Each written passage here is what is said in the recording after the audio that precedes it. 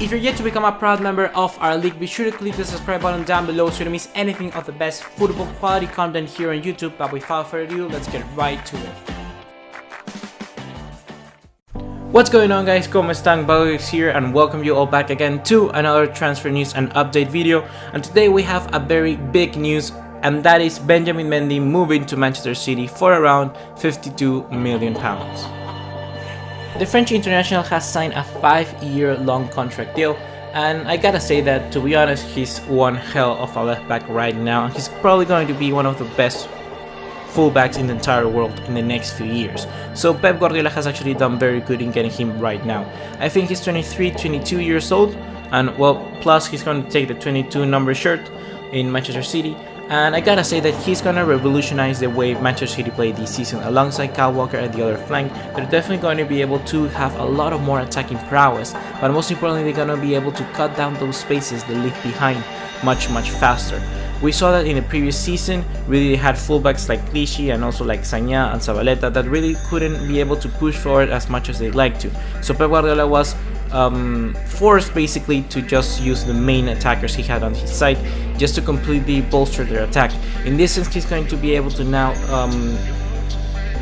rely on the two fullbacks in Mendy and Kyle Walker, and also in Danilo when he needs a little bit of substituting in or somebody's injured, something like that. In that sense, they have a very good overall, they have a very good fullback in defense. From moving from somewhere where I said that the fullbacks were probably some of the worst in the league, now they have probably the best fullbacks in the league. Let's see how they perform, especially Mendy, who comes from the League On. Kyle Walker, we know he already knows the Premier League, so that could be a very good addition. But in this sense, Benjamin Mendy can also get accustomed to Guardiola's tactics and hopefully perform to a very high level in the Premier League. Mendy was able to get 11 assists by the end of the competition, and most of them were from crosses. I think 6 of them were actually crosses into the head of a goal, most probably. And in that sense, I think that he won't be using his crosses as much, because really Manchester City's strikers like Aguero and also like Gabriel Jesus probably are not the best in the air. But he's going to definitely be able to get, for example, in set pieces, his crosses into the head of someone like Company or someone like Otamendi. He's definitely going to be able to create some chances in that sense. Furthermore, just before finishing on Benjamin Mendy, I want to point out that Manchester City has actually spent more than £100 million in fullbacks this year. Just this year. They pay 52 Benjamin Mendy, they pay around 50 something for Kyle Walker, and they also had to pay around 30 for Danilo. In that sense, they spent over £100 million just on fullbacks, and to be honest, the fullbacks they've got are really good, for except of Danilo. But Danilo, you can expect him to be just a substitute here in and year out, so in that sense he won't need to play as much. Moving on, we go to Liverpool, which has two major transfer updates today, and the first one is that Van Dijk has been left out of Southampton pre-season tour basically, and in that sense I think that it's almost certain that now Liverpool are just like hunting and hovering around Van Dijk to see if they get the green light for signing. In that sense, I think that Southampton should sell the player right now. It seems that Van Dijk is just completely desperate to join Liverpool this summer, and in that sense, they don't need a player who doesn't want to play for the club anymore.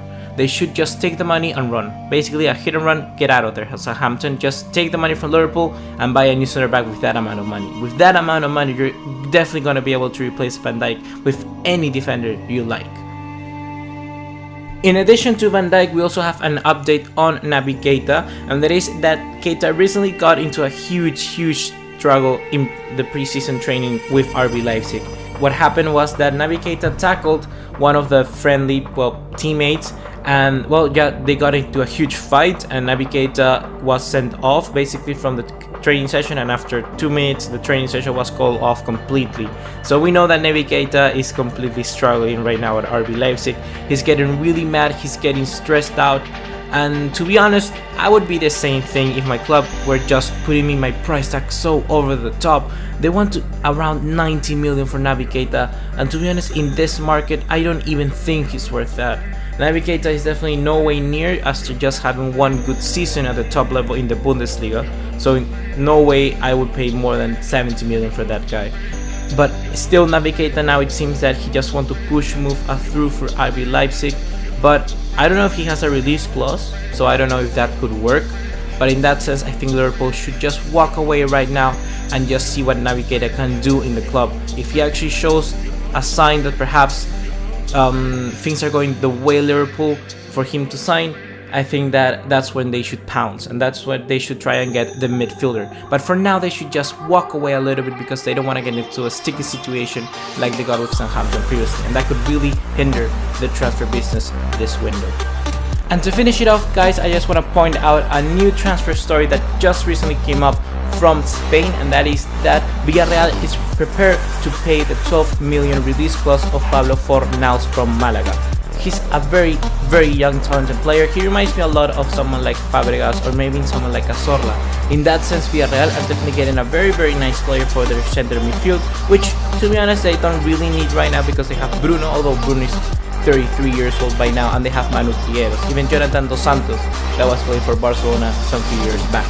Fornals is definitely going to add a lot for Villareal, and I think that he could develop into the next few years into a world-class midfielder. He was also linked to Arsenal, but it seems that Villareal are just willing to pay the 12 million up front, which is something that Arsenal perhaps didn't quite seem to be likely of it. That has been all for today, guys. If you have enjoyed, please remember to drop us a like, leave us a subscribe, and I'll see you in the next one. Take care, ciao.